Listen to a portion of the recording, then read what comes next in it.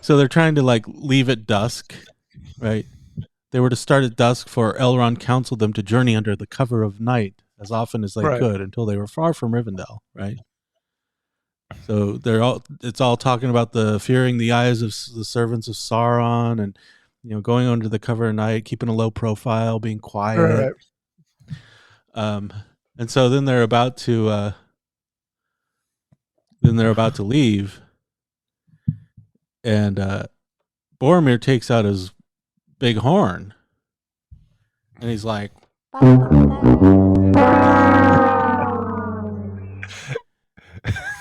so he put it to his lips, and he blew a blast, and the echoes leapt from rock to rock, and all that heard that voice in Rivendell sprang to their feet. Yeah. And I could just imagine like Elrond being like, "God damn it, Boromir." He's like, dude, what did you just accomplish with that blast? I mean, was that absolutely necessary? I mean, I understand it's like your little thing to go out and, before you leave, but this isn't the gates of Minas Tirith, and, everyone's like looking around, and, right. It's like you got to mansplain it to the world that you're leaving. I mean, I know. I don't want anybody to notice me.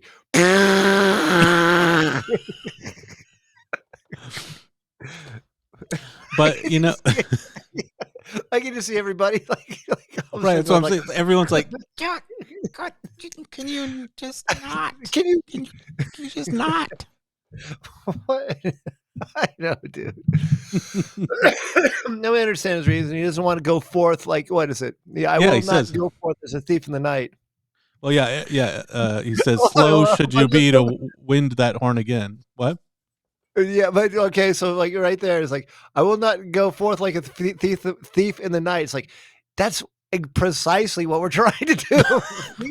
Exactly. Trying to sneak out of Rivendell, and if you got a problem with that, maybe you don't belong on the company. You know what'd be funny? It's like he had this weird mental tick that every camp, like he set out. So like every time they woke up, he was like, like. And every time everyone's like, "Guys, we're trying to be quiet and sneak past the watcher in the water here," and he's like, "I will not be a mere beggar. I must go forth with." I mean, he says a lot about his character, of course, but it's like he's like, "I must go forth with fanfare. I will not go forth a mere beggar without fanfare." Hey, everybody, look at me! Look at me with my pompous fanfare. I know, but that would be fun. Like they're like in the middle of what do you call it? Holland or whatever. They're down there with all the spies around. It's like, someone break that horn. One morning they wake up. He's like, "Where's my horn?" It's like, dude, I don't know. Dude, he was like, Aragorn took it, but he'll spend like an hour like helping, like trying to find it with Boromir. It's like, dude, I'm sure it was here somewhere. Or when Pippin throws this rocks down the well and wakes up the Balrog. It's like they're trying to be super quiet, and Boromir's like, dude, Pippin throws it down the well, and he just hear in the deep, like the thing's like falling so fast and it's like blowing itself. What? That's not physically possible. But it'd be fun. But the downward trajectory is making wind go through the horn and blowing it on the way down. Yeah. Boromir's like, "What day? That's my horn. My horn." Oh. So stupid. Okay, it's getting a little bit out there now. All right, sorry. Whew. Anyway, it does say quite a bit about Boromir. All right. Not a team player. Not really. Maybe a bit of a red flag. What? Maybe a bit of a red flag. Yeah. When all the people are trying to be quiet, he's the one that's like, "Arr." You know what's funny though? It's like he's like, I will not go forth as a thief in the night, and yet he tried to steal the ring from Mr. Frodo. That's foreshadowing and irony. A little bit. Yeah, that's interesting. Again, I'm liking going through in these the. I mean, granted, we have a little bit of fun when we're talking about this stuff, like like thinking of like the different scenarios that if things go south. But I mean, there's also like stuff like this, like wow, that's kind of things are going south, right? There you go. Yeah. So I mean, we have our bit of fun, but I am learning new things about this book all the time. That's the whole point of this exercise. Sure.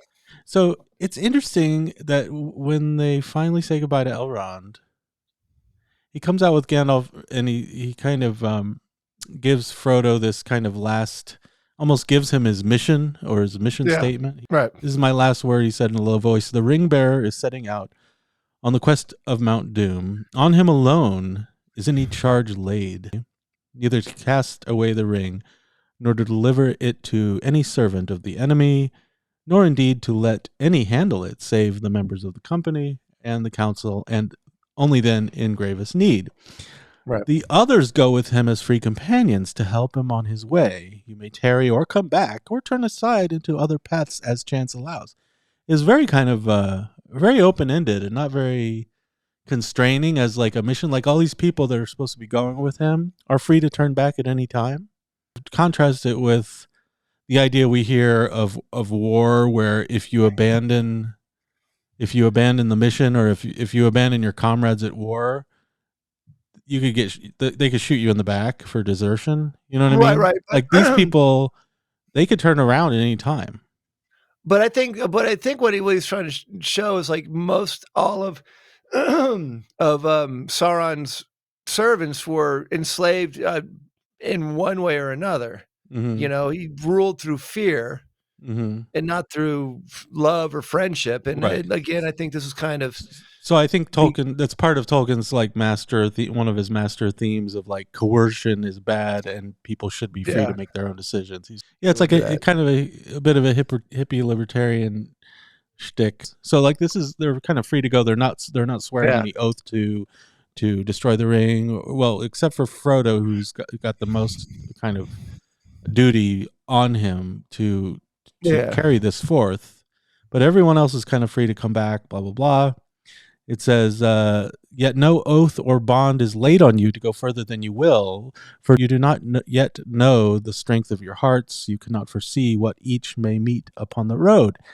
So he's saying you don't have to swear an oath, but then Gimli is like, faithless is he that says farewell when the road darkens. So he's like, you shouldn't, like, if it gets tough, you shouldn't turn aside or go back home. Right. And then Elrond's like, maybe, but let him not vow to walk in the dark who has not seen the nightfall. So they're having this back and forth. And then Gimli's like, this is an interesting pair of lines. Gimli says, yet sworn word may strengthen quaking heart. Right. As if, if you're swearing an oath, that actually might steal your resolve to do something because you've sworn an oath. Right. And then Elrond again goes back and says, or break it. So it might strengthen a quaking heart or break it. So maybe Elrond's thinking of how problematic the Oath of Fëanor was for the elves. It's it's a bad sign. He's like very loath to swear oaths. So I thought that exchange was interesting, and how light the charge is for the 9, who can like kind of turn aside at any time, and they're not under any oath or obligation to go forward, but they do it willingly anyway. Well, you know what though? Again, I think maybe that's like one of the reasons why Merry and Pippin were chosen as well, is because like okay, let's take. Like if me and you were going on a quest with our other friends, like your family, like people that we care about, you're not going to turn aside where it's like, you know what, screw you, buddy. You know, I don't owe Right. you anything. So I think again, it's like the whole bond of friendship will kind of. Yeah, that speaks to what we said last time, where like why Pippin? He's like the least Yeah. of the hobbits. He's the least of the company in terms of years. But you're right. I think that bond of friendship is the most important thing, and that person would be least likely to turn aside or betray the company. Right? I mean, again, I think this makes sense in what Tolkien was trying to accomplish and trying to convey with the company. They're the free peoples, and that as that they truly are free to do whatever they want to do. You know? Right. And it's to be contrasted with the ring, which itself represents coercion, like a coercive power to use your will to manipulate and have other people be just like the servo mechanism of your desires. Which look is fantastic. If you've got the ring now. What would it have been like if half the company turned around and was like, you're right. It got really shitty really fast. We hit a bunch of rain. We're gonna come back here. And you said I'm not supposed to. Anyway. They got 2 days out of Rivendell, and you're like, you know what? I'm done. Like, I don't know what I was thinking. I'm going back. Okay, so here's my question. Okay, so I'm going to put this to you. So they tried crossing Cadaris Pass, and they got rejected, right? Right. And then they decided to go to. They got denied. They got denied. Would it have been? I understand the peril of going through the gap of Rohan, but would that have been any more perilous than going through Moria like they did? Would it have been a safer option? You know, it's good that you raised this because the book seems to suggest this either or choice where you either go through the pass or you go into Moria, right? You're right. But are there other options? I mean, there were no other options unless they went. I mean, they could have taken the path from that Bilbo took. You know, I mean, you know what? I always thought that could have been an option because then they could have just gone straight east from Rivendell. Glowin and Gimli were both just at Rivendell, right? And they probably crossed that path going to. That's Rivendell. what I'm saying. And Glowin was going back, presumably, back to the Lonely Mountain. So why didn't Glowin just say, "Hey, Gimli, my son, you want to come with me across the mountains, and then they can go down the Anduin that way?" Yeah, because they ended up hitting because here's the thing too. They go down there. They're still hitting Lorien, right? Mm-hmm. But it seems like a more direct route because the old road that's like basically that they took with Gandalf in The Hobbit, right? Like all that stuff is still probably just as safe as it ever was, and probably less perilous than the route they ended up taking through Moria. Right. But like we said, Glowin's going back east anyway. So why didn't Glowin say, "Hey, come back east with me as far as the river, and then you can go straight down the river to Lorien." And then the Company of Nine can continue down. I mean, even if they hug the Misty Mountains at the base, right, and went through the Gladden Fields, I mean, they're still probably just as hidden as they were, going through Eregion and stuff. Right. You know? Right. And again, there's a straighter shot to Lorien, right? And then kind of and basically been in the same position they were. Plus, I mean, I imagine the Anduin's a huge river, right? So you could go on the Anduin with a boat.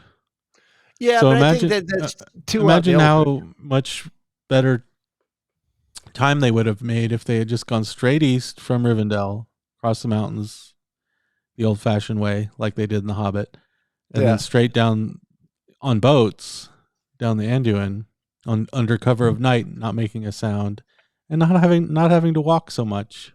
Right. Well, the other thing is too, I mean, think about it. Bilbo crossed that mountain range twice.